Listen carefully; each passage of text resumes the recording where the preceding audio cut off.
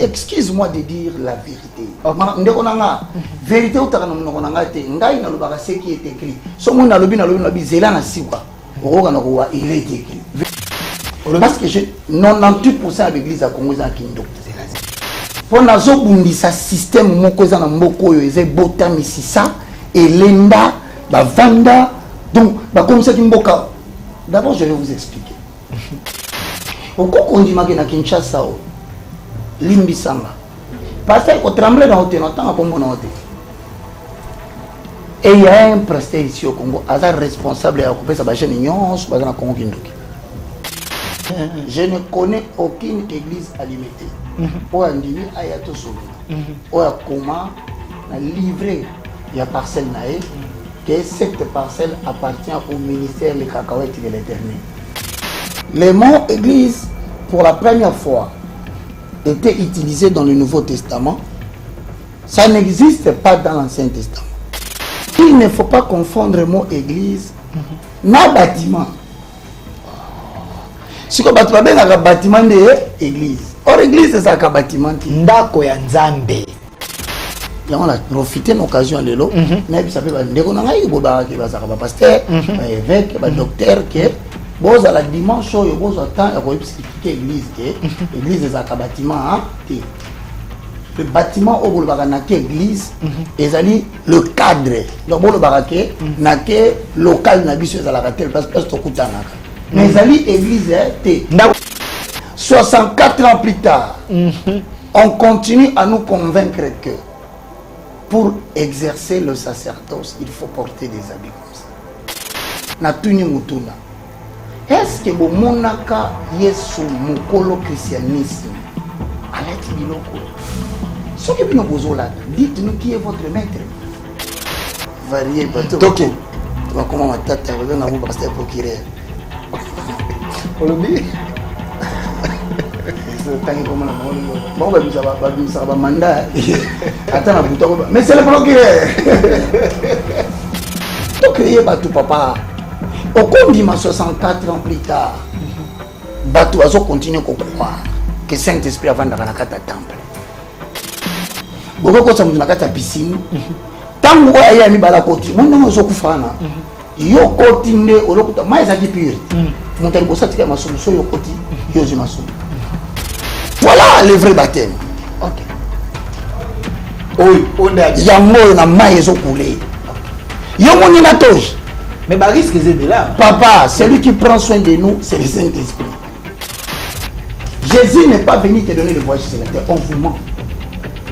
Jésus-Christ, on a bâtiment bien à l'église. C'est faux. Jésus est venu nous délivrer de la mort et inscrire nos noms dans les livres de vie pour l'éternité. Ainsi, si nous savons bien.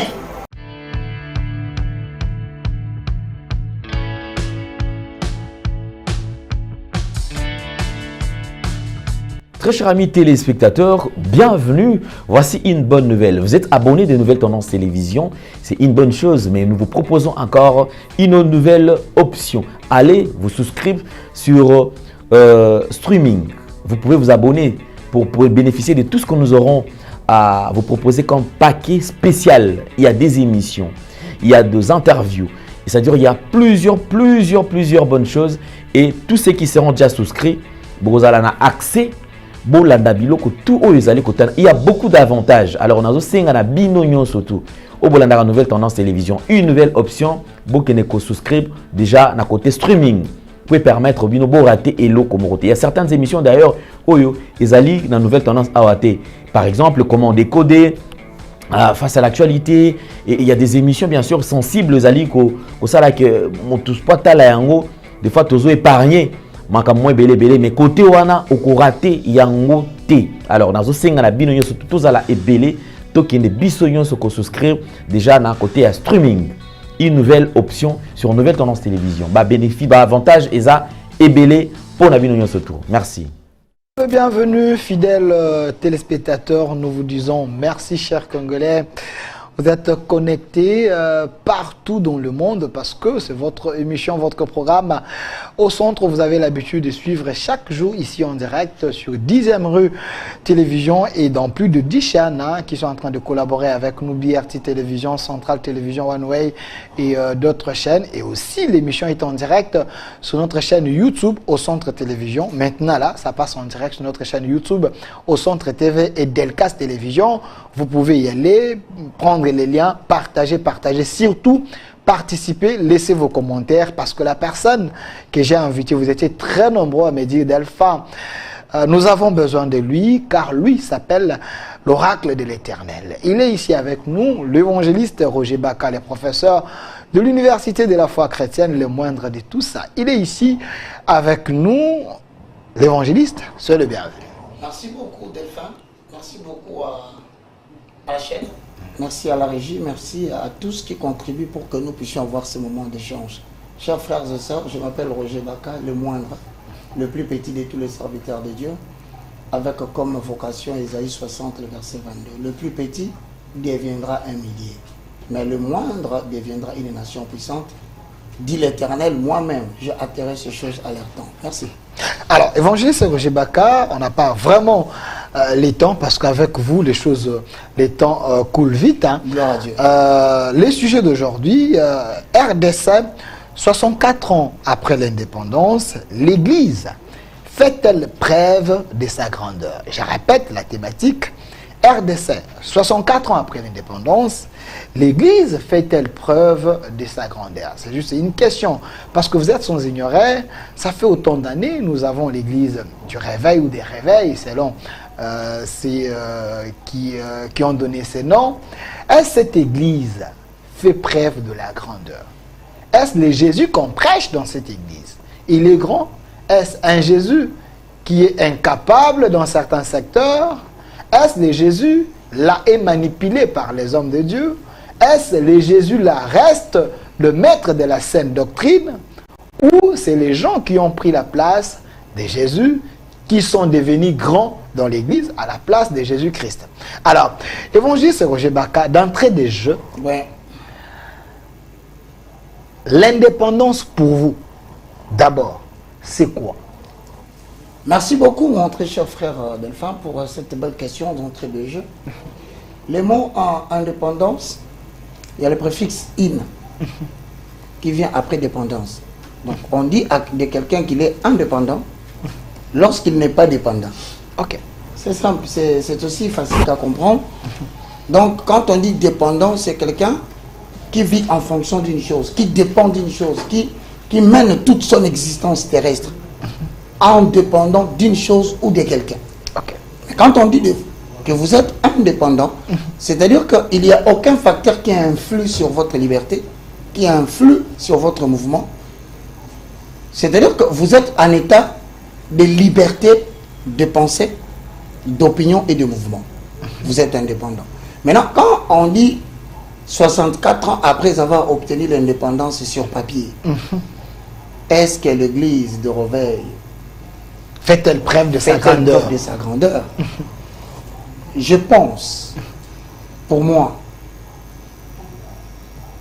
ce n'est pas une question que je peux répondre oui ou non, mais je dois d'abord donner les preuves. Pas de problème.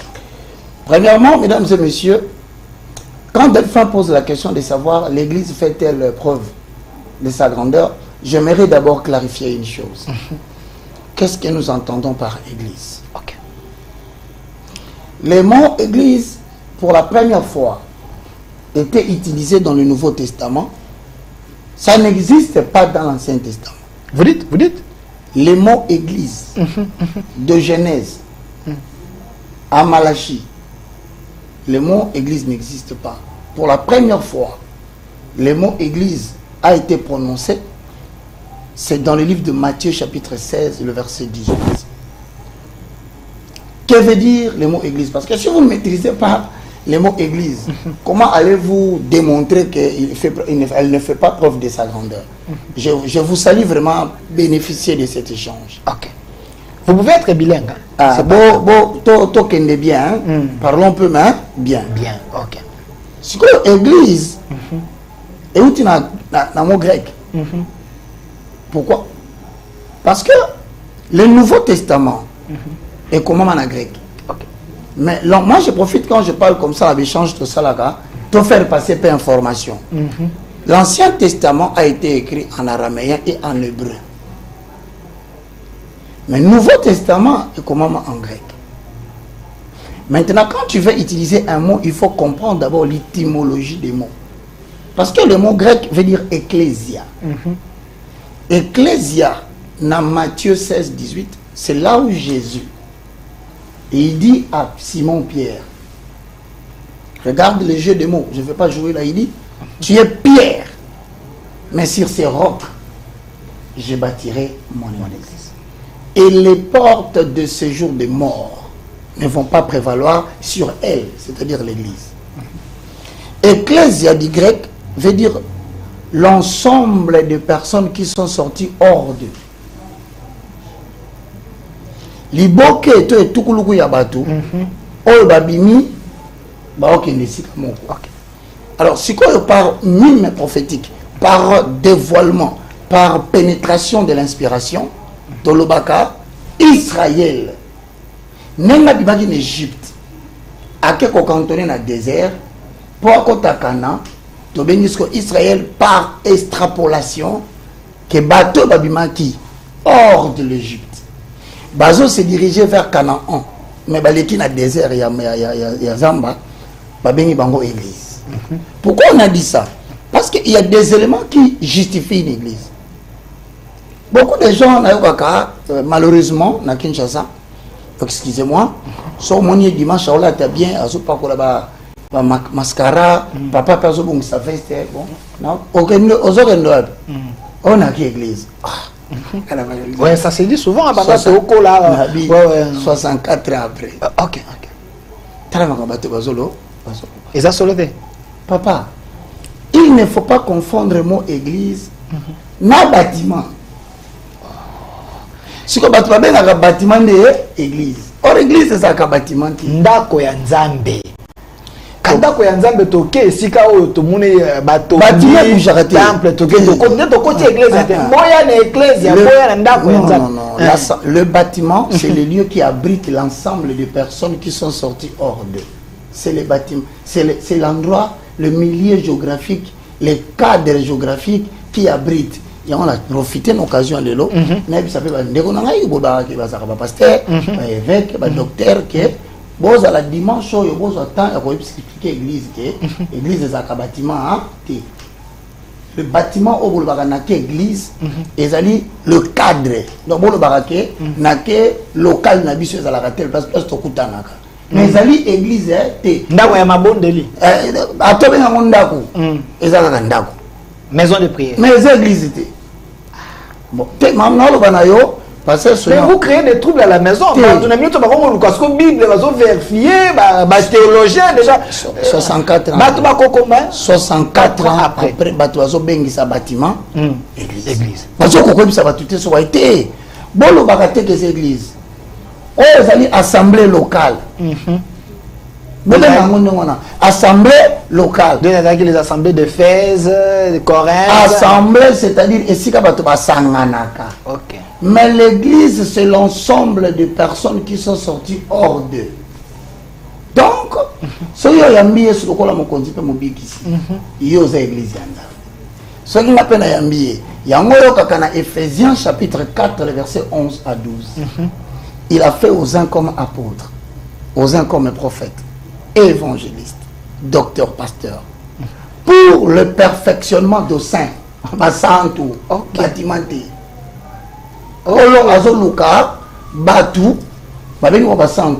C'est-à-dire, l'église est des hommes qui ont la capacité bango,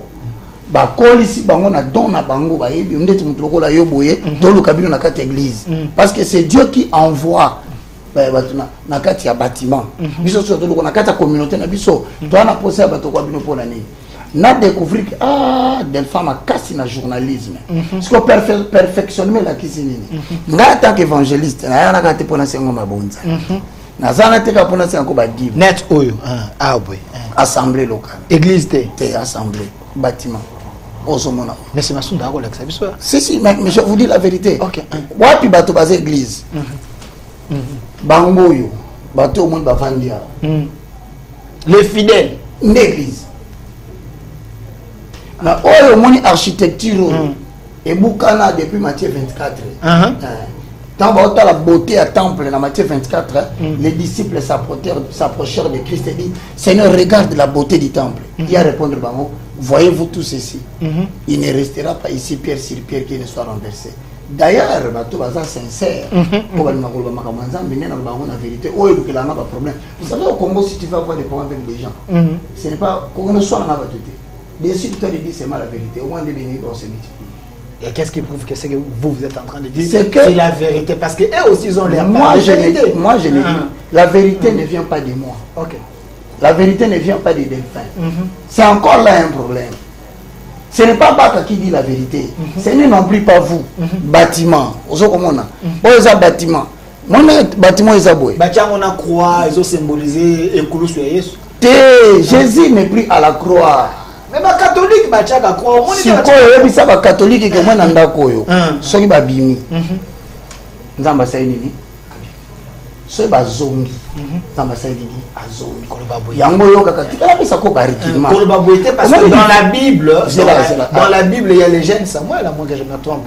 Où Azaki, Azako Kende, pas les vieux. Azako Kende ko consulter, Azako koute. Nakati ya temple, nakati église. Le moko le binini temple. Oh, ils ont temple. Il y a un qui va le dire 2 ou 3 sont réunis en mon nom. Je serai au milieu de 2. C'est-à-dire, oh, ils ont bâtiment. Bande de Nandako. Oh, ils ont bâtiment.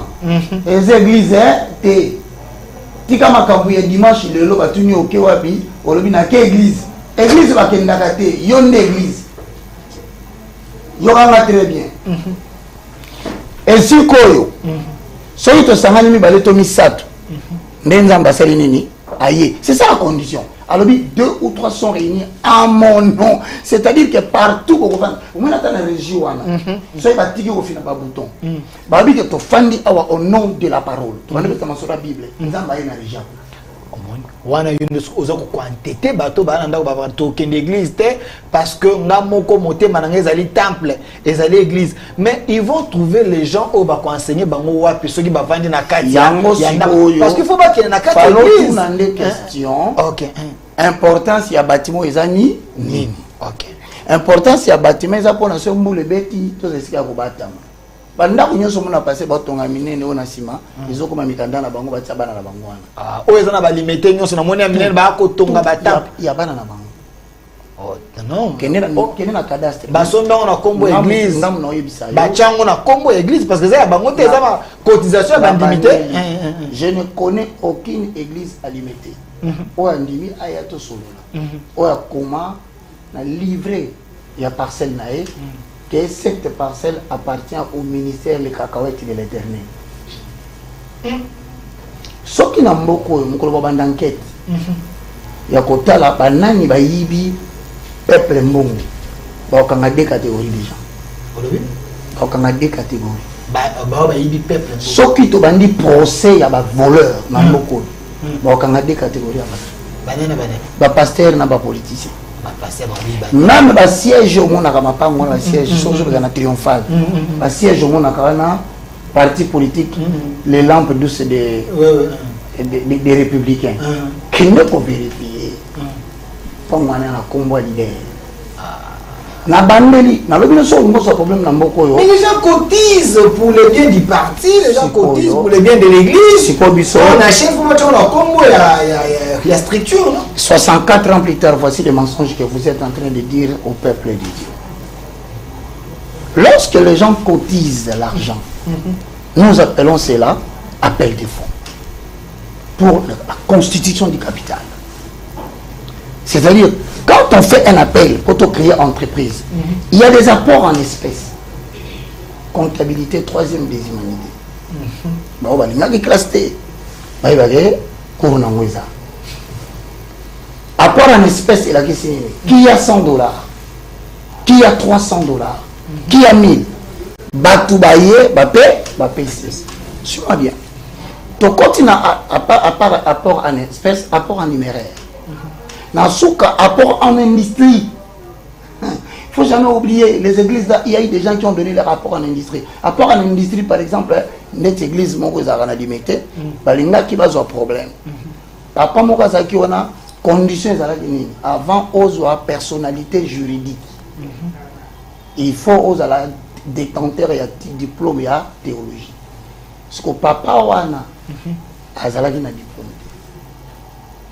Ake kozwa ndeko moko boye. Avanda na poto. Abiloko yoza ba solo li ba yokani bien. Mutongo pas na vocation na osala nzambe. Aye na kishasa. Mende nazo bisolo ba bengana. Batia mwana ya pasteur. Omani ngama kamna bisaka yo. Somo nga na fanje. Histoire non moko fabriqué ou yango lingaka na alimentaire. Lingaka mingi. Obenga nga père moko. Atana kimio na kimio. Somo na kimi seke moto utopela. Ndete pelele na mikolo. To magia wa déjà. Mon apôtre. Bon. Tu comprends par là? Je comprends. Bon. Ça veut dire quoi? Tant que vous excuse-moi de dire la vérité. Vérité ou ce qui est écrit. Si on a il est écrit. Vérité à moi, il est complété ce qui est écrit. Parce que quand on a prophète Nzambe, ce qu'on a porte-parole ya maloba Nzambe. Quand tu parles dans ta bouche, na bandia wat. Na juste koyo mukande Éphésiens. Au chapitre 2. Le verset 18, 19, 20 à 21.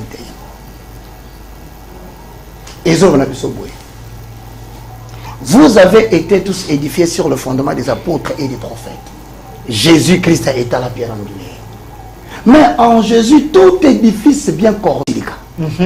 Parce que, garçon, il y a un monde. Donc, il y a pour naïe patience, il faut pas avoir bourrique. Donc, il faut dans la bourrique pour dans ces pays. Frère, la génération a changé. Il n'y a pas longtemps, ma père, la génération a miracle. C'est parce qu'ils étaient aidés par la puissance de Dieu. La génération a changé. Il n'y a pas longtemps, ma père, la génération a miracle. C'est parce qu'ils étaient aidés par la puissance de Dieu. Et ils ont battu la génération. C'est toujours la puissance de Dieu. C'est le continent Congo. Troisième vague est différent. Troisième vague est un esprit, une intelligence. C'est-à-dire que aux hommes, tout a deux fois question. Attends la classe. C'est toujours les dieux qui ont miracle. Et ça, il y a un pasteur qui est mais tout le temps, il y a un pasteur, il y a un miracle. Tu as un pasteur, il y a un bon miracle. Tu as un pasteur qui a mal au monde politique. C'est-à-dire que les ce garçon est intelligent, classe inattendue. Il faut que nous l'acceptions parce que depuis un moment donné, nous avons considéré l'Église à l'Okwani. Telle la caractéristique, 64 ans plus tard. Eh, pardon.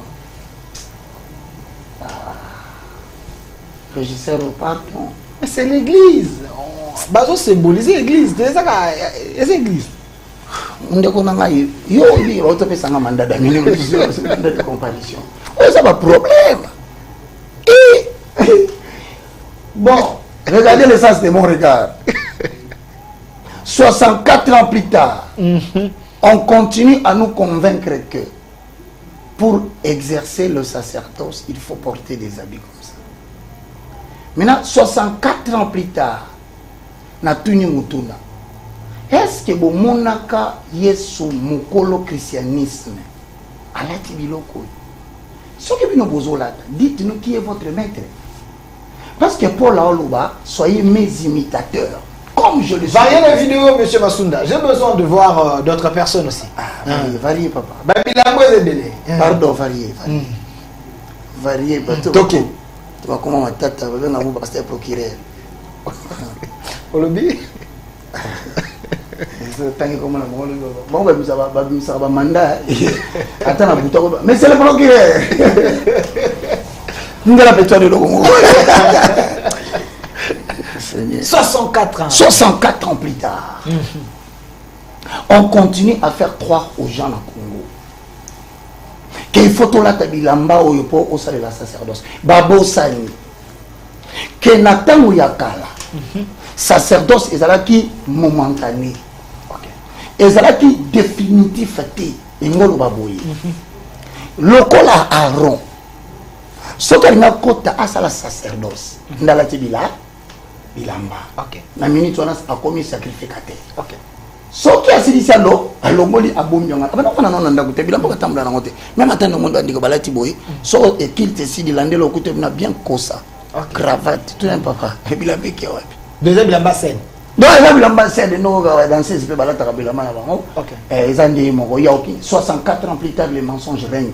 Moi je pense que si nous voulons parler de la grandeur de l'église, nous devons remettre les choses sur le rail, permettre au peuple d'évoluer en termes de création d'hommes. Il faut tout créer, tout papa.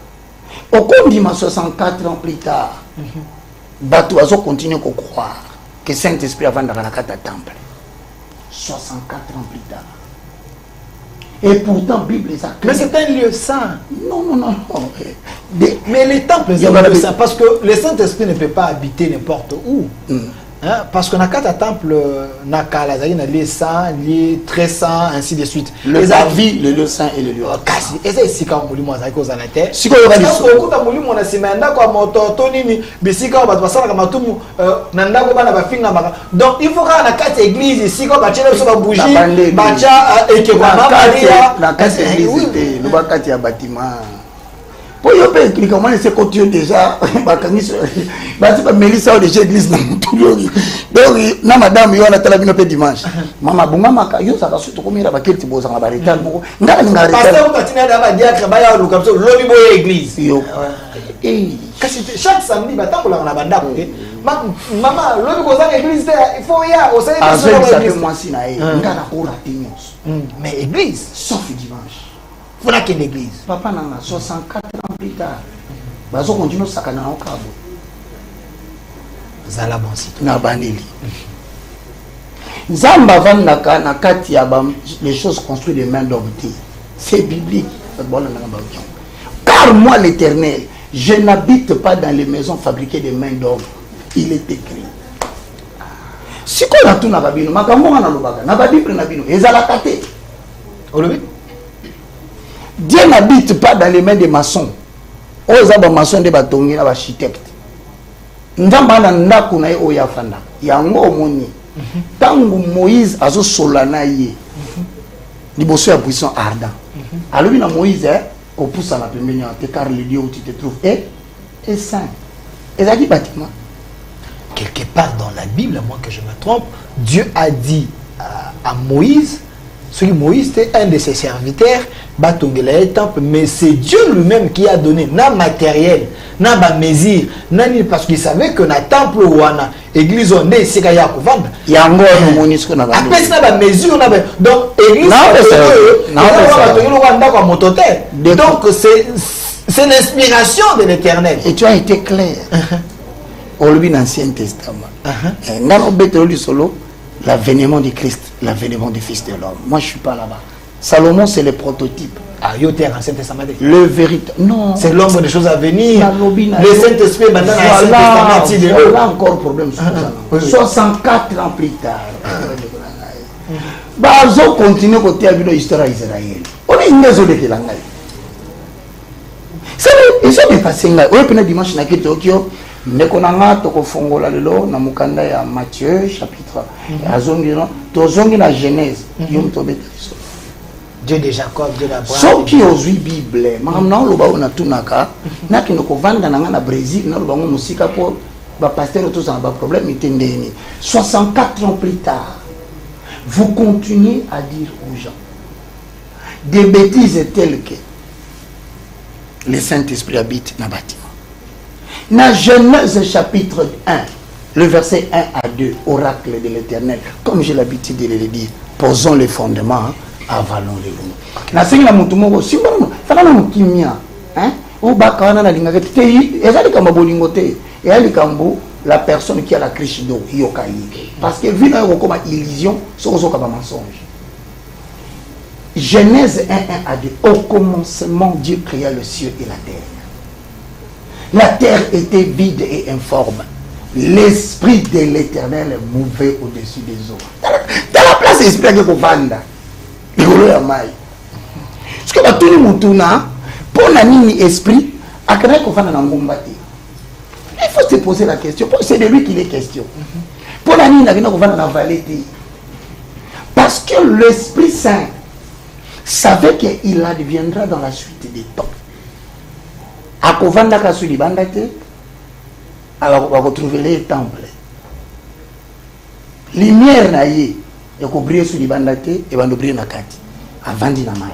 Si comme mutu oyazala qui mandaté aya kozoaye pour cotiser na kati ya batu jour a commis na mai ne Jean-Baptiste Agangi. Esprit azaka likola mai azozela les lieux de rendez-vous. Pas te yabino vérité bien quoi. Si l'esprit de l'Éternel mouvait sur les eaux, parce que l'esprit de l'Éternel devait entrer à un homme quand il entrera dans les eaux de baptême. Qu'est-ce que vous prêchez là? Qu'est-ce que vous racontez aux gens là?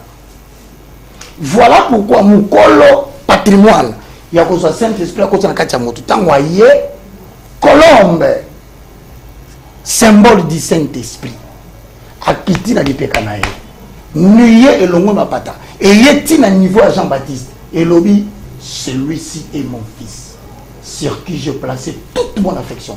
Écoutez-le. C'est le type de celui que Moïse avait dit à Monaki Rocher. Balobi naye, Lobela Rocher. Il y a Betty Rocher une première fois. Maïbimi. Tant que Betty deuxième fois Maïbimi.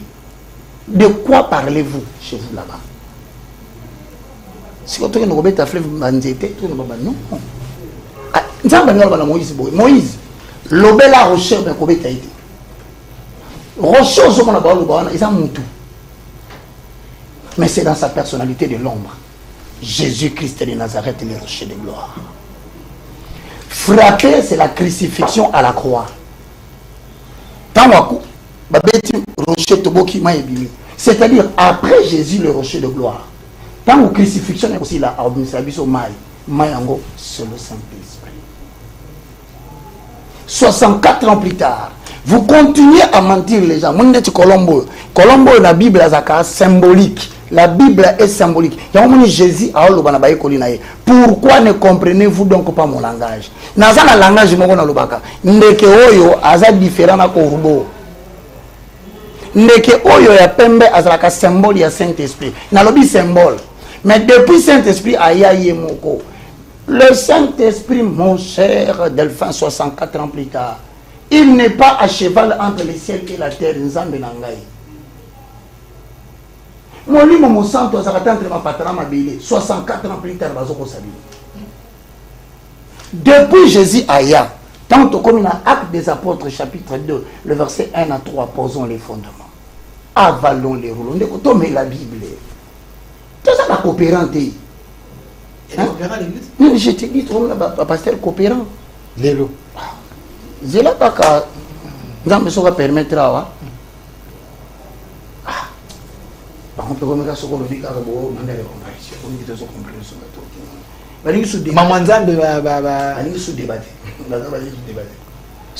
vérité. Comment pouvez-vous croire? Batoyo, Bazoli a révélé les Écritures. Na bombeliote na lobi na bino clair na vandi liboso télévision awa. Landanga bien. Na n'intérêt au kosa ote ponga na zoka dimité.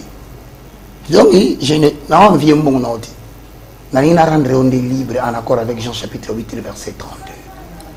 Yokanga bien. Ndeko na ngai. 64 ans plus tard.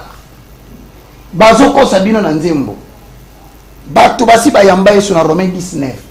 Si tu confesses de ta bouche le Seigneur Jésus, si tu crois dans ton cœur que Dieu a ressuscité Jésus d'entre les morts, tu seras sauvé. Na bandeli pour éclairer l'opinion. Bâtiment dans l'Axabiso, c'est pour abriter les hommes et les protéger contre les intempéries. Na bandeli. Pour que nous semble bon vous les bas et bandit. Tout pour là. Rôle ya église yangoana. Deuxième mission, il y a bâtiment plutôt. Yangoana. Deuxième mission à bâtiment. C'est que le bâtiment nous permet d'avoir un cadre où nous allons communier ensemble. Parce que nous venons chacun dans sa maison qui a prié avec Dieu. Pour confesser la foi. Mais ce n'est pas l'église. bozo ko bisa batuke molimo mosanta utaka na mapata oyo bomo na mapata oyo oli mosanta za suna mapata tende kuna totomboli maboko likolo molimo monsanto akita bino kita molimo monsanto kita ya solo oh molimo vous voyez donc les gens tendance ya kotia maboko panza maboko Paul dit molimo avanda kati na maboko Paul azolo ba ko négliger tel likabo que tu as reçu en toi par les dons du Saint-Esprit. 1 Corinthiens chapitre 12, le verset 1, 2, 3. À Zoloba, il y a diversité de ministères, mais c'est le même Jésus. Okay. Diversité d'opérations, mais le même esprit. Comment bien si tu es une église? Tu es un Jésus. Tu es baptisé du Saint-Esprit. Tu es ce dimanche, 64 ans plus tard. Mon santo qui t'a. Ata bato basi bayambaki dimanche passé. Bayambi ce dimanche. Bayambi ce 64 ans plus tard. Zerana. Oui, c'est ignorance ou bien mais je sais pas. Quelle est la différence qu'il y a entre le Saint-Esprit et l'Esprit de Dieu? Nabandeli. Voilà le concept où ils ont créé votre problème. Le mot saint vient faire quoi? Vient qualifier l'esprit. On le dit Saint-Esprit. Et l'Esprit de Dieu. Saint-Esprit n'a esprit saint. Il y a au moins. Donc, 64 ans plus tard, tombe la maboko.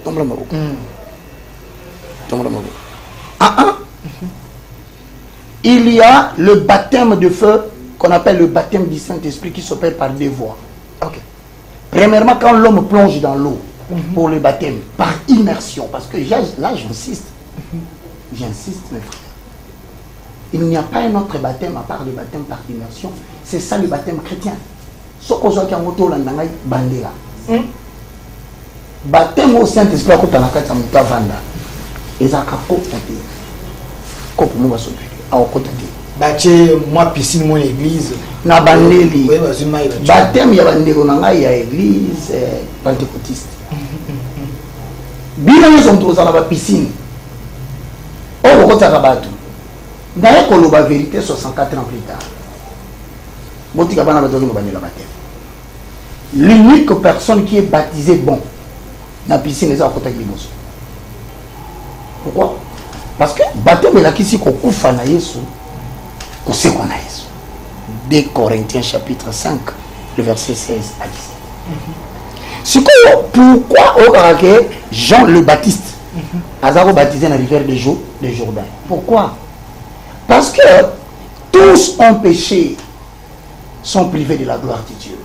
Et le salaire du péché, c'est là. Donc, c'est le symbole de quelqu'un qui est mort. Attache nous côté la tête. C'est pas côté que la maille. Mon tour doit être aux mailles. Père, partout au film, partout est vivant. Mon parti on a des hommes sont mokili. Baptême, il faut que tu mobimba na maille. Boédé. C'est l'église, on va éviter banyoka bazana mai, on va éviter hippopotame au côté mutuboé et ma belle comme elle est. Ici il y a quand même la sécurité. Oui, ça piscine va te bana miki. Alati des habits sacerdotaux. Si quand la problème est alia. Premièrement, Jean le Baptiste qui nous donne le modèle de baptême à la taille boité. Tout là est-ce qu'il y a la qui lui dit que pendant cette cérémonie, il doit s'habiller comme ça. La modernité dans la spiritualité. Voilà, tu as beaucoup de 5 chantiers dans la spiritualité. Tu es jaloux dans la spiritualité. Donc c'est pas biblique. Exact. 64 ans plus tard, Bak a dit la vérité. Pourquoi? Parce que je t'explique le mécanisme spirituel. Kokufa na Yesu, kosekwa na Yesu, masumu na yo ezaki le salaire du péché c'est la mort. Et tikali na mai eku écoulé. Voilà pourquoi l'eau doit couler. Vous ne pouvez pas baptiser quelqu'un dans une eau stagnante. Ça dit, n'a pas cet exemple. Stagnante on a ningala mayo etelema ici kama. Ndeti boye. Ezako couler te. Là exemple. Ngaso ina koti yao na bimna mulimu na ngaya koloba mingi wana nza mabite koloba mingi apako za mabe tamba koti singa koloba mingi na ngaya misala mabe etikali yao ngala bimi ye delphin ye mutami bali pour équité mwana ba ndeti mai kote na ya ba bébé ba mwana d'abord Nasi c'est le parti au Kolongola. Merci, monsieur Massounda. Ça veut dire quoi? Moto akokota mutami bale nazu exemple ndala lobakati mais bon so yeza na mutu moko amelaka diamba ayoki loba na nzambe tutie ya melaka diamba tika tu district wana yesu aye babombe ya koti ba baptiser masumu na etikali na mai bombe etikali na mai tanga so aobi mabi okufi na yesu osepi na ye yango mona ka jamais limisa babataka mutu mutu e tutali boso babataka na position liwa ndeto kotela na cercueil. 64 ans plus tard, mensonge est et il y a des défenseurs de statu quo. Batata moko baza sur 4, 5, 6. Batelemeli église de réveil. Balingri vérité. Soko meka la vérité. Manda. Les défenseurs de statu quo. Les statu quo. Makambo changer. Les pères de l'église aux autres. Mobutu Ruta Kei. Kabila père Ruta Akei. Kabila fils malgré matata neto kaka oh yepe mtazaka na M23 kuna hizo akenda manje. Fachuku talobi. À respecter ma mandat. Ba pasteur poko bobutu bango kaka. Ka ba pasteur wana bango kaka.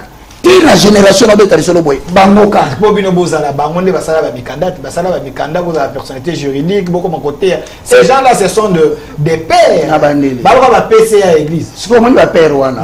Ba lokeli ba vie ba problème. Boko ko sa muna kata piscine. Tango aya mi bala koti. Mona mo zokufana.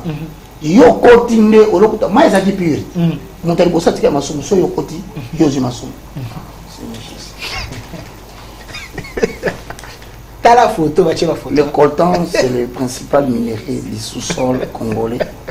L'exploitation pétrolière tout le monde comme église Dieu que cobalt photo non mais j'ai vu quand même ton père spirituel le révérend Sonny Kafuta, il est l'évangéliste, hein? Évangéliste Sonny Kafuta, l'homme qui t'a. J'ai vu. C'est ton père spirituel, hein? Sikoyo, moi, je suis balo, je suis battu, moi, je suis appelé Maïkolo, Togoyawa. Moi, je suis appelé Maïwana Sikoyo, et ça peut battre, mais ti. Il y a un abandonné, Moutounion, ce soit le locoyo. Moi, mon sang t'a coopéré. Je vais vous dire la vérité. Jésus n'est pas venu te donner le matériel sur la terre. L'imi sang en est sauvé. Ok.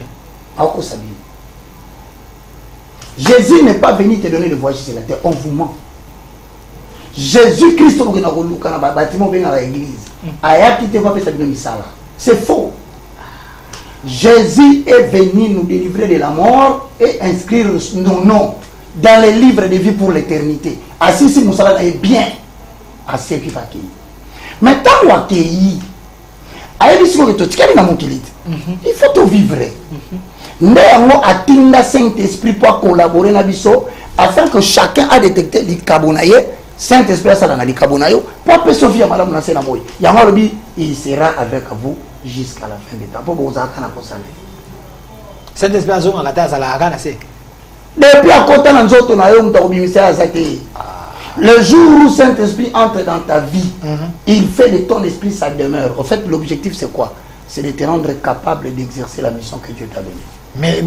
Mais on peut aussi attrister le Saint-Esprit. Mais justement, on a attristé. Tu peux réaffirmer ta foi. Ok. Mais tu ne peux pas recevoir le Saint-Esprit des fois. Mensonge. Voilà le vrai baptême. Ok. Oui, on a dit. Mais le risque est là. Papa, celui qui prend soin de nous, c'est le Saint-Esprit. Voilà la serviteur de Dieu à bien basé dans Mboka. Mais le col a lati bilamba sacerdoce c'était. Le col a une église il y a batebelete. Le col a peu bishop était. Le col a pas une chaîne à télévision té. Le col a pas une église il y a batebelete. Voilà l'évangile que ça nous a donné. 64 ans plus tard, apprenez les gens, le Saint-Esprit habite en l'homme. Alors, comme le Saint-Esprit habite en l'homme, l'homme doit d'abord découvrir quel est le don qu'il a reçu de Dieu. Parce que papa, le jour où tu découvres ta raison d'être, tu l'associes avec le Saint-Esprit, les choses commencent à couler comme sur des roulettes. Oui, je vais le répéter, le moindre de tous, le plus petit de tous les serviteurs de Dieu. Dans le campus, il y a une équipe. ngai mutatangisi nga statistique. C'est le professeur Moukoko Samba, aujourd'hui ministre. Je le salue. Nous le saluons. Et puis on appelle ça Moukoko Mbote pour la sécurité. On appelle ça Moukoko Samba Mbote parce que Moutouana tangisi nga statistique descriptive. Si le lot sur dans le sur la statistique na obeta ngo. Là où taki Japon, je le salue là où il est. Nai le professeur Bosonga Bofekilonga mathématiques. Nai ni kinga. Tala mwana ya batu nga nga classe. Na silisi na économie na monique na bonga na bisa avec économie za mbongo. Kandi na koti kuro beaucoup bima na obima. Mbongo. Mbongo. Mbongo mon ami l'économie c'est économiser. L'économie c'est économiser mon cher. Il faut pas décourager votre l'économie. Na lobby na ba l'économie. Mon frère. Économie aux autres ah au salaire. Nous tous dans le ministère de l'économie là ate bandiko na. Toi tu vas aller où? C'est Nzamba au salaire. Nzamba. Sikoyo tant na sisi économie na bitena kwa science moko boyo mbongo pena. Panga na zo viser mbongo la tala mbongo. Maele na ngezo mbongo mbongo. Na ke kota ISC Institut supérieur de commerce. Na biso na tangi ba cours miki miki onte. Na sangisi 3. Marketing, finance et commerce. Tino ko mona vandia. Marketing azawa, finance azawa, commerce azawa mais et boy ko financer vie. Donc non vandi ba diplôme na nyonso ale. Na kati na. Awa mais et financer vite. Muta comme ko la ta vieux moi cravate. C'est l'enfant de Dieu. Comme pour dire, tant on a tout nous amené, Seigneur, montre-moi ma raison d'être. Allah il a boutou. Dieu parle tantôt d'une manière, tantôt d'une autre. Il parle par religion. Job 33, 14. Ah, mon apôtre. Il y a mon pendant que le place n'a limité industriel. Ça là pourquoi le jour où tu découvres ton don, tu commences à collaborer avec le Saint-Esprit dans la prière. C'est lui qui commence à te montrer maintenant le chemin de ton bonheur. C'est ce que les pasteurs ne font pas à l'église. Non, pasteur Azoba Sabino que yenda za makabonyos. En dehors de lui donc rien. Botala lobo na ngai. Lobo ni to kotala. Eza mwindo. Total lobo na ngai. Ba simbela mbana. Bino nya so boya bo simbela mbana ngai. 64 ans plus tard. Alors, évangile Roger Baka, s'il vous plaît, parce que Marambo Loba, c'est vrai le sujet vaste, 64 ans après. Est-ce que l'Église fait-elle preuve de sa grandeur? Non, la Simbité fait-elle preuve de sa grandeur? Toroko Tawana. Hey! God over Armageddon. Au moment où l'on boye, ngai soki na yata na évangéliste, na kuti madame na ngai boye. On dit tipo. Asimi makolo ya prophète. Ngai bazonction. Ngai baka l'homme baka. L'homme. Parce que obi mona bilambo eza parce que. C'est un homme sacré, c'est un oin de l'éternel. Ne touchez pas mes oins. C'est dans la Bible. Saint-Esprit a ma sapato. Donc, net bâtiment sur la Saint-Esprit. Donc, Saint-Esprit. Voilà le vrai problème. Ok. C'est dans le livre des Galates. Chapitre 3, le verset 1. Sur la Galate 2, 1. Paul a oloba. Bozala qui kotambola bien. Qui vous a fasciné? Ok. Abandonnez. Vous courriez bien. Qui vous a ensorcelé? Donc il y a des gens en église qui ont ensorcelé. Si l'église à Congo est tombée dans la sorcellerie, 98% de l'église est dans la Kindoki. Parce que 98% de l'église à Congo est dans la Kindoki. Nous sommes dans un pays laïque. Vous confirmez sur ces plateaux que 98% de nos églises, appelées églises, il y a la sorcellerie à l'intérieur. Beaucoup de Sabanzambe, les moments dans la vie. Si on a vu la TV, j'aurai 2 minutes, merci Seigneur Jésus. Pour nous, ce système, nous avons botamissisa, et l'enda, vanda, donc, comme c'est une boca. D'abord, je vais vous expliquer. Quand tu me poses la question, et puis, nous avons un témoin. Pasteur Sonic Kafuta Rockman. Ok, ok. La photo s'il vous plaît, monsieur. Pasteur Sonic Kafuta, c'est le président, il y a conseil des sages. Yeah. Témoin. Yeah. Président, il y a conseil des sages. Et le mot loani. Makambu so ya soloka. Oye sala makana kati ya église. Mutakata kango. Les problèmes spirituels. Nabandeli. Ba problème nyonso boyoka na l'église de réveil. Mutakata kango pasteur Soni. comme on a eu Sony Kafuta Rockman l'évangéliste. Il est vivant. Ana bon moi, ce qui n'a le but lokuta. Pasteur Sony Tovanda. Et l'autre, on a toujours mais autant à comboder boy, il y a pas un modèle tennis, vous ne me comprenez pas. Il ne s'agit pas d'un homme modèle. Il s'agit d'un homme qui m'a approché pour me dire la vérité. C'est pourquoi je le prends à témoin. À Lobinanga, pasteur Bana Kindoki, il faut confesser à Baza. Nana Lobina. Pasteur Sony, comme papa. A confirmé que pasteur Bana Kindoki. Au compte dit que ça va passer mon à Kinshasa à Kufa. Bazaka prophète. Mais jour il y a matin à Naï. Attends, Milamba Pembe Baï. Abimi c'est juste le bande habité au Zolo on a vu.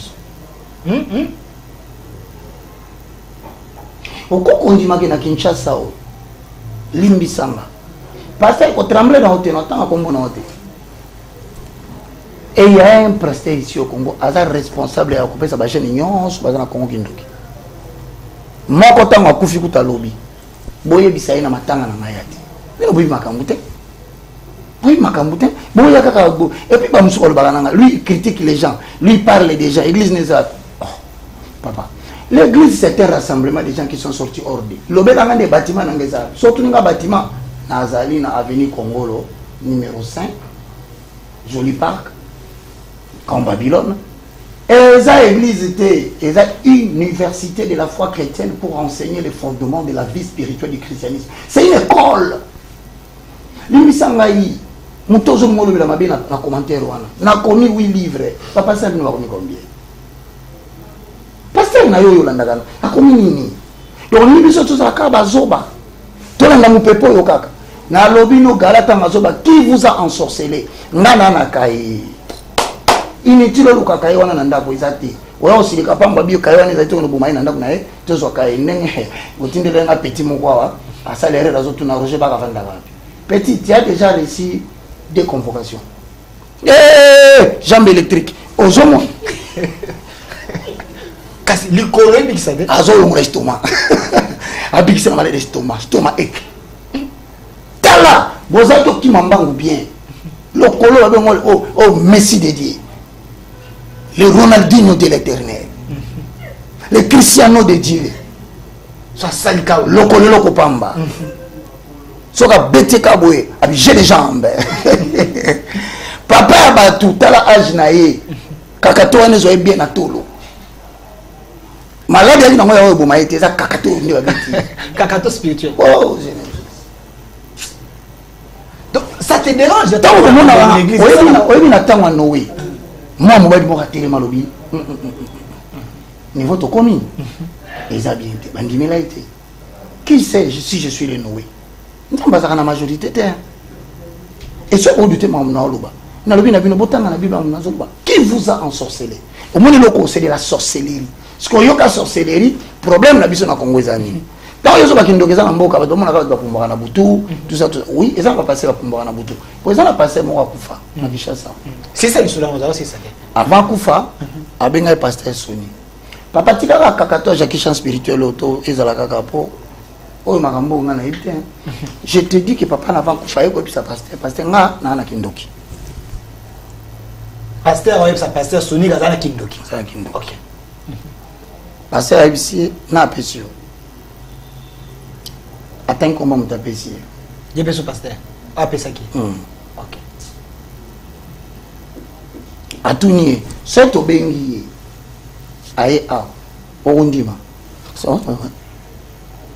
maman le boss au kati parti tenir passer son abisso il a dit la vérité. J'ai son numéro. Il a déjà appelé bana OK mon gars le bana batu quand les gens disent que tanga combat son internet bosso comprendre ngati na lobité qu'il est un être parfait de la même façon n'a pas parfait mais lui en tant que responsable m'a dit des choses vraies que les autres ne voudront jamais nous dire na tévo sur l'église na moi quand même. Sony Kafuta est un modèle. Mon cher, tala na papa nyonso ba sa na kele na mboka lilo. Le seul auto d'utilité marginale na ezo baisser kaka. C'est passé Sony.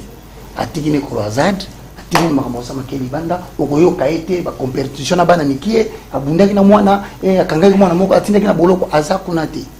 Azaka ta msona ba faiblesse na yo nzana pesa. Mais bazali oyo ba to mona lelo eza grave papa ba bengisi pasteur wana ça qui kindoki soto silisi na opeso kombo pasteur pesa ngai akufa mwana na ye a partir Afrique du Sud asola penanga tango ba likambo atuninga motuna pe assez papa abi lokola na landio na te mo musala sala ko ekinda musika esuka na ba 4000 abi nanga yebisanga papa biso nenga ya mbaki Yesu abondeli ko na biki akota lora na bisi ton père a confessé quand quelqu'un cache ses fautes la prospérité du ciel n'existe pas dès qu'a confessé ma biki papa na tango ndimi batuni mutwana et puis mutwana zolanda ba benyi muto apesa ke kindoki azaki ye mokote OK azape na de toi autre passer na ko sopeli banda ogene luka bango tuna bango makambo baka lobeza lokuta to o bayaki et pas Sony Kafuta na pasteur ba pasteur apesa kindoki bande on a ba pasteur a bien baza mais ba ko sabino te parmi les pasteurs célèbres à la télévision 98 sont des lokuta. OK cet homme que vous voyez n'est pas parfait mais moi je te dis c'est un serviteur du très haut ouais Sony Kafuta ayebisa ngai boye boloko na zubi tumba lokwa na mokilo kwa mwasi ezati et puis na komisi ete odimbisa ngai botambela nga pasteur moko oyo na mboka na biso alobaka mabe asala ye moko na TV ye OK mais quand il prend le courage au nom de la corporation aboyi abibaka yaka comment a komisa ngai kaye a cartonné 10 pages ya kindoki ya Congo 10 ba bengisi mtona fandi wana batuni yomto saki pasteur o kindoki pasa ya kindoki zandene habita ngala yako senga impactation ozoko ba kombon impactation OK il n'y a que le Saint-Esprit qui peut t'impacter pas un homme na singa ba jeune nyonso boza ko kelo tambla tanga ba livrer bas impacter personne ne peut t'impacter bas les surnaturel moi en gros voilà balbi to komina suka pona le solo wana non toi c'est ça t'es solo des solo des minutes ne komina suka mais toi c'est ça makambo bobu mbakandeni alobi to bi makana butu na minuit mais to bi makana munoko so na lali so kana tibo vapeur na nebi mais so ito kei na mona kana zanga mokote to pumba likolo to na ba pasteur ibiri na mona baninga ibiri to na bon mais to kene na océan moko boye l'océan na soto kiti lumière moko bimaka na kati ya mai wana so boka komba Lucifer te ange de lumière to adorer tina tongo to zongi ngala zongi le pasteur bi me pasteur ngai na yaki pona makambo nzambe o ngana ko munu ko pumboyo ngana ke ko bisa pasteur sonne période la passer na campagne na Brazza a dit c'est bon tu m'attends je vais à Brazzaville je vais revenir comme ça to rendre le gambo tant passer la question akei kozo ngane passer na ko muto abengisa ki apesa ki ndoka bino yo kende kuna zelo ko mona akufa babomai mais na kati ya réunion batuni makambo papa ya lobi yo ndimi yango obi réponse à ça ça c'est la phase cachée de la Bible hein pasteur a pensé qu'il doit c'est la phase cachée de la Bible et ces gens là vous imposent demain c'est pourquoi quand Paul dit vous courriez bien qui vous a ensorcelé il faut connaître la définition du mot sorcellerie en grec. OK. Le mot sorcellerie en grec veut dire pharmakoi. Pharmakoi veut dire administrer une drogue à quelqu'un. C'est-à-dire 64 ans plus tard, les entre guillemets pasteurs de l'église vont occuper sa peuple congolais drogue. Il y aura la conséquence à drogue. Il ne sait plus réclamer ses droits. Tout se dit. Vous avez remarqué qu'il y a un moment donné Congolais comme il. Vous avez souté. À comme le Briti. Congolais comme le Moutouma surchauffé. Congolais comme le Moutouma niveau ça le côté dit fera tout. C'est la drogue. Il y a un mot qui Aristote complété par un autre penseur Balobi. La religion, c'est l'opinion du peuple. En terminant, voici la nouvelle guerre que nous allons voir 64 ans plus tard. Je demande à toute la génération Josué. Génération Josué. Vous êtes différents. La politique génération Josué, n'églisent pas génération Josué Zan. En fait, c'est que je veux vous dire, la dernière guerre, premièrement, nous devons transformer les armes en livres. Deuxièmement, quand nous aurons transformé les armes en livres, nous allons chercher maintenant à créer des leaders. Les leaders ne peuvent être que les gens qui pensent qu'Odito est Gotsum. Je pense donc j'existe. On est bon dirigé sur les leaders. Les gens qui pensent. Troisièmement, nous devons créer des victimes pour la coup féminin. C'est l'ignorance. Je vous exhorte, 64 ans plus tard, l'Église n'a pas répondu à sa grandeur. Le jour où nous avons deuxièmement, pourquoi il n'a pas répondu à sa grandeur? On a fait la piste. Nous répondre à des choses. Il a failli dans sa vocation et l'Église a failli dans sa mission. Voilà pourquoi je reviens, je dis, il est nécessaire aujourd'hui qu'il y ait émergence d'une nouvelle élite spirituelle.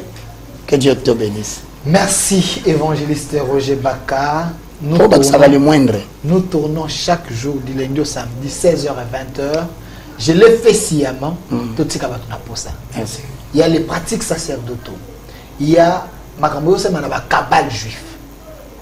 Évangéliste Batou Bazana pour ça au Sungabon. La dernière émission de la salle qui n'a eu aux Aola que ça m'a signé cabale juif. Cette émission, elle en a plus de 100 et quelques cas. Au Batouba Kolanda. Les gens ont besoin de te suivre, de t'écouter et de comprendre. Jusqu'à aujourd'hui, cette émission, ça fait presque une année. Mais les gens m'appellent par rapport à cette émission. Voilà. Les gens ont besoin de suite.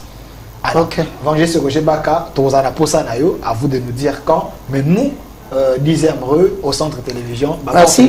Moi, je suis le moindre. Pour tout contact, plus 243, WhatsApp nanga, naza comme nambongo bilete, donc naza la secrétaire. Plus 243, 90, 79, 66, 785.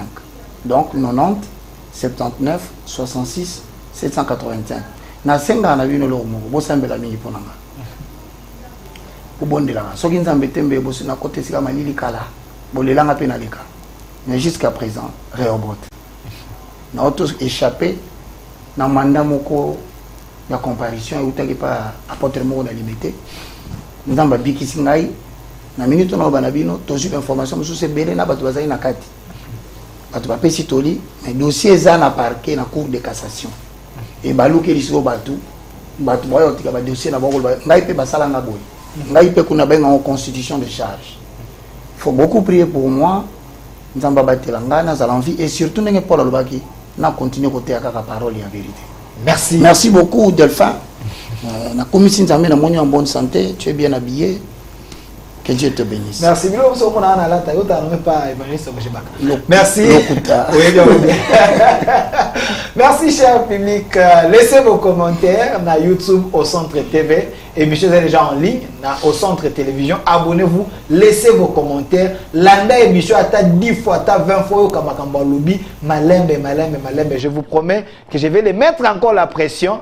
Et la suite parce que Makambozo a transmettre Bomoy et pas ignorant. Merci à vous et restez fidèles à notre programme. Un grand merci à l'équipe qui m'a accompagné, surtout au réalisateur attitré de cette émission, Monsieur Masunda, qui était de l'autre côté, Enoch côté régie finale, et de l'autre côté, Monsieur Jissé qui était là, et derrière la caméra, Germa Fatouma et Rachidi, Monsieur Paul Bongongo et Kevin qui était là.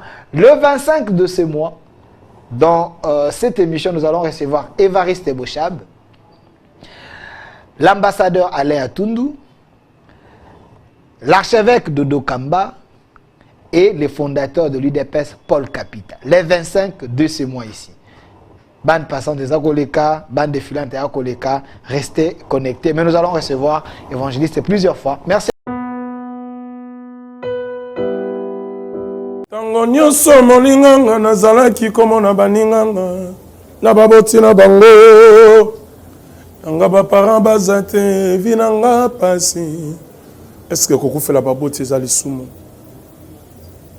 Kozanga baboti est-ce que eza lisumu? Voilà, na kopesa bino message. L'orphelinat Christ rédempteur et ana posa lisunge na bino. tala musala munene ezosala mpona bana tala musala munene ezosala mpona bana oyo mokili etiki ebwaki me nzambe atelemi na nzela orphelina oyo mpona koencadre bana oyo yaya lisungi na yo toa nango mposa 1 euro no toa nango mposa mpona mwana moko ntango mwana moko alie nzambe ya bitike oyo apermettre ete na nzela no mwana alia akobosana yo te. Voilà message ya l'orphelinat Christ rédempteur toa na besoin lisungi na bino ba numéro eza na se kota contact na biso assistance na yo et ozali sungi mpona bana. Que le Dieu des orphelins a bénir diama mutu nyonso ozo ata likanisa kosala quelque chose pe osali yango nzambe apambola bino.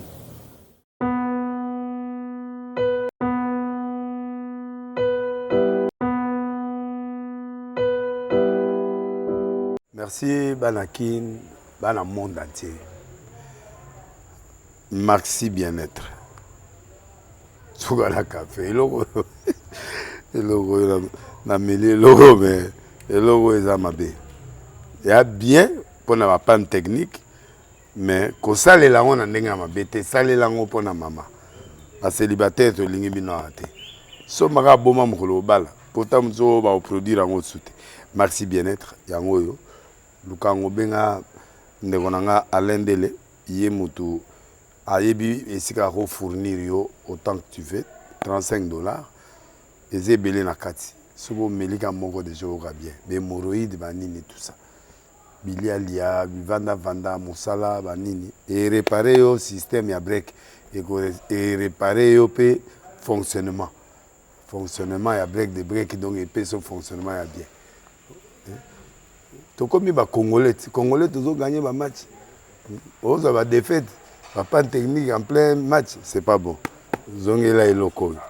Nana c'est éviter de dire surtout ba pasteur, boningo mela boyawa. Bo benga pena alendele na numéro na e pour bo benga pour bo zeloko. C'est important. Traitement poison anti-poison yango yo. Ne ba mususu meli yango avant kende obima, o melango. Ça a des jours, à tabater le loco, moi cuiré mon corps, c'est bon. Oyopé, anti-poisson. Donc, ce qu'on attend, ils ont la carte. Et l'ongolango. Alain de Mikolo somme. N'habité Mindela, on va payer Bilogo, on va vous dire. Pour Bilogo, on va dire solo. Mikolo, va tirer à poisson à toi, famille, à toi, problème na moutoute, jalousie, car. Donc, va produire en wana, il y a anti-poison, oyopé, anti-poison. Donc, benga Alain Dele, à partir naïe, à Ibneni, ou à Ozwango. Nzambe na nga pambola bino mi batela mboke komi biete bato bakomi na jalousie oyo tozo comprendre de souté bana mike bazo kufa mikolo bazo kufa baotiana bana bébé ba poisson donc toujours zala nanti na ndenga na nga na ndako c'est bon que Dieu vous bénisse.